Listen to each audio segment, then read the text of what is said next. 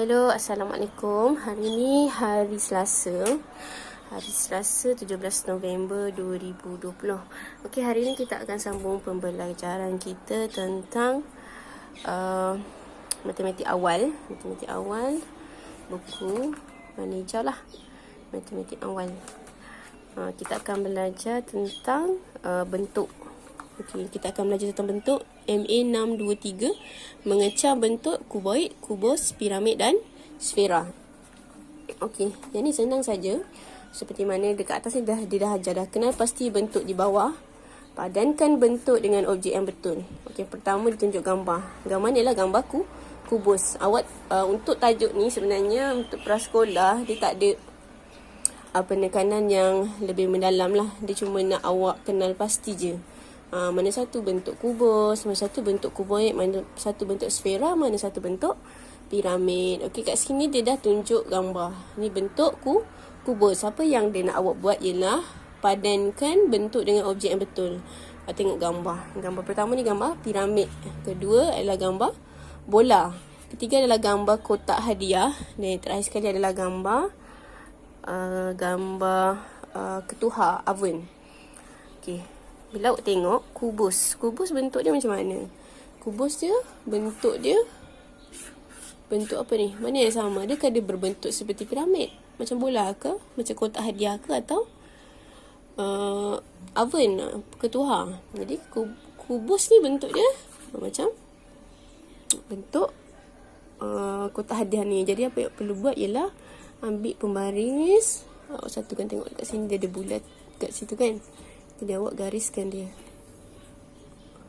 Dah. Itu je. Senang kan? Okay, yang kedua lah kuboid. Okay, awak tengok kuboid, gambar dia mana? Kuboid gambar dia mana? Kuboid gambar dia yang ni kuboid ni dia menegak.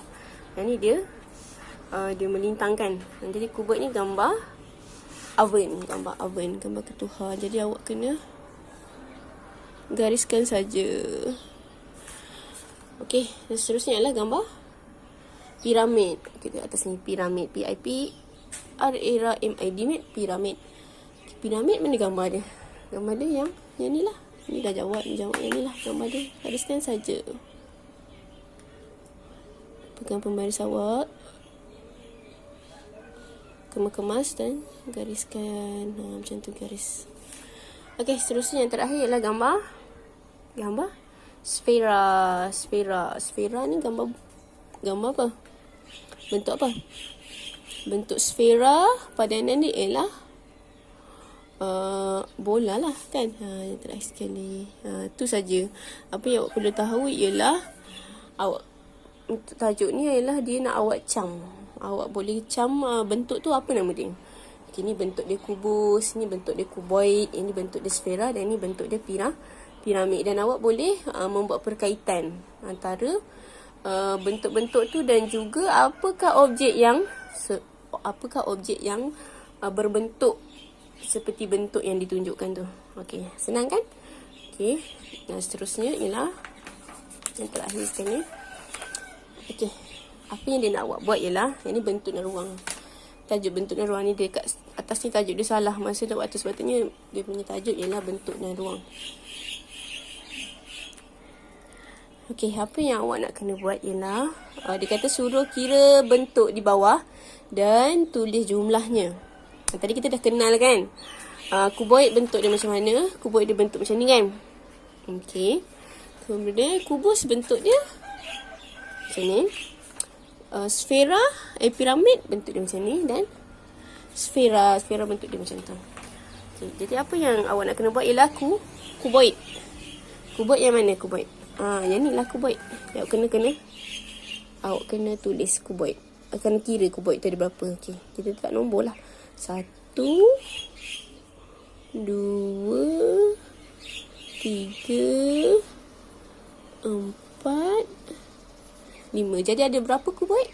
Ada 5 kuboid. Jadi tulis kat sini jawapan dia 5. Okey, kubus ada berapa? Cuba kira. Mana kubus? Ni kubus kan. Ada 1 dan 2 Dua saja kubus. Saya tulis kat sini dua. Dan seterusnya adalah piramid. Piramid ada berapa? Kalau tengok piramid tu ada berapa piramid? Ada, kira 1, 2, 3. Ada berapa piramid? Ada 3. Dan sfera ada berapa?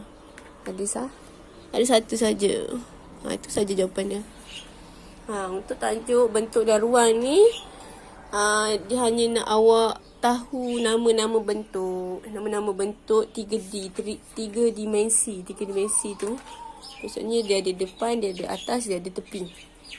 Bentuk 3 dimensi. Awak hanya perlu kenal pasti, awak boleh kenal dan awak boleh sebutlah nama bentuk tu. Okey, cikgu rasa kita dah habis dah belajar matematik awal untuk tahun ni. Semua tajuk cikgu dah ajar dan cikgu dah sentuh. Cikgu dah baca beberapa komen berdasarkan daripada soal CD yang cikgu buat.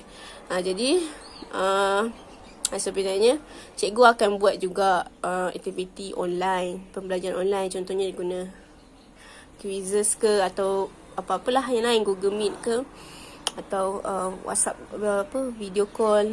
Tapi untuk masa sekarang ni cikgu akan lebih fokus pada pembelajaran menggunakan buku aktiviti. Sebab apa? Sebab kita banyak lagi topik-topik yang kita tak sempat nak cover, kita tak sempat nak belajar masa dekat kelas. Jadi sementara ni beberapa minggu yang terawal ni kita akan belajar dulu, kita akan habiskan dulu silibus kita. Apa tajuk-tajuk topik-topik yang kita tak sempat belajar dekat kelas. Jadi cikgu akan cuba habiskanlah. Macam matematik awal ni dah habis dah, cikgu dah sentuh dah sikit-sikit. Tapi ada banyak lagi lah, maksudnya yang lebih terperinci cikgu tak ajar lagi. Kalau nilai wang kita baru belajar sikit je kan. Kita baru je belajar nama-nama wang. Kita tak belajar lagi macam mana nak gunakan wang tu. Tak nak susun dia nanti. Sebenarnya cikgu akan revise balik. Cikgu akan ulang balik semua pembelajaran yang lepas-lepas. Macam tambah, tolak, kan masih banyak lagi aktiviti latihan yang kita tak buat kan. Jadi kita akan ulang lagi. Kemudian yang cikgu dapat komen kurang untuk 5 tahun. 5 tahun cikgu tak bagi penekanan sangat sebab sekarang dah akhir tahun. Jadi kalau macam 5 tahun ni lebih kepada fokus menulis, membaca dan mengira lah asas. Maksudnya kalau awak 5 tahun, awak dah boleh kenal ABC, awak dah boleh kenal nombor, dah boleh menulis, dah boleh meniru tulisan. Itu dah cukup bagus. Jadi kalau macam ada perkara-perkara yang cikgu ajar tu awak masih tak faham, tak apa. Untuk ibu bapa jangan terlalu risau. Sebab apa? Nanti bila dia masuk darjah 6, maksud saya bila dia masuk 6 tahun nanti, kita akan ulang balik semula pembelajaran yang dia belajar pada tahun ni untuk lebih terperinci lah, lebih pemahaman. Kalau cikgu bagi kerja ni kan, awak tak faham tapi awak boleh menulis kan, awak boleh tiru semula kan. Jadi untuk ibu bapa, kalau macam anak kita tak pandai anak kita tak faham pun sebenarnya jawapan dia, soalan dia tu, tapi dia boleh meniru, dia boleh tulis balik semula. Ataupun dia tak pandai, dia tak tahu nak tulis jawapan dia, apa ibu bapa boleh buat ialah ibu bapa boleh tulis dulu kat atasnya jawapan dia dan anak-anak salin semula jawapan tu. Sebab 5 tahun ni dia punya tahap perkembangan intelek dia tak sama macam 6 tahun. Jadi kalau apa yang saya boleh syorkan untuk akhir tahun macam ni, jadi dia hanya salin saja. Dia tak faham tak apa, nanti 6 tahun dia akan belajar semula. Jadi lebih kalau dekat rumah tu apa yang boleh dibuat untuk 5 tahun ialah lebih kepada pengenalan dia kepada huruf. Kalau dia dah kenal huruf, boleh teruskan kepada suku kata terbuka. Suku kata terbuka KV. Kalau dia dah boleh sebut semua KV, B-EBA, C-ECA, semua dah boleh sebut, boleh terus ke KV. Nanti saya akan sentuh lebih lagi pada pembelajaran bahasa Melayu. Setakat ni kita tak belajar lagi bahasa Melayu sebab saya buat jadual hari Ahad baru kita akan buat bahasa bahasa Melayu. Hari ni cikgu tukar setting tempat. Jadi cikgu nak tengok macam mana persekitaran, mana yang lebih okey. So, setakat ini saja untuk pembelajaran kita pada hari ini. Assalamualaikum. Okay, Assalamualaikum anak murid Cikgu Husna. Cikgu ada berita gembira kepada anak murid Cikgu Husna yang dah siap semua latihan tu. Cikgu akan kumpulkan sebelum cuti sekolah nanti dan cikgu akan pilih pelajar yang menyiapkan tugasan dengan paling baik dan cikgu akan beri hadiah tau.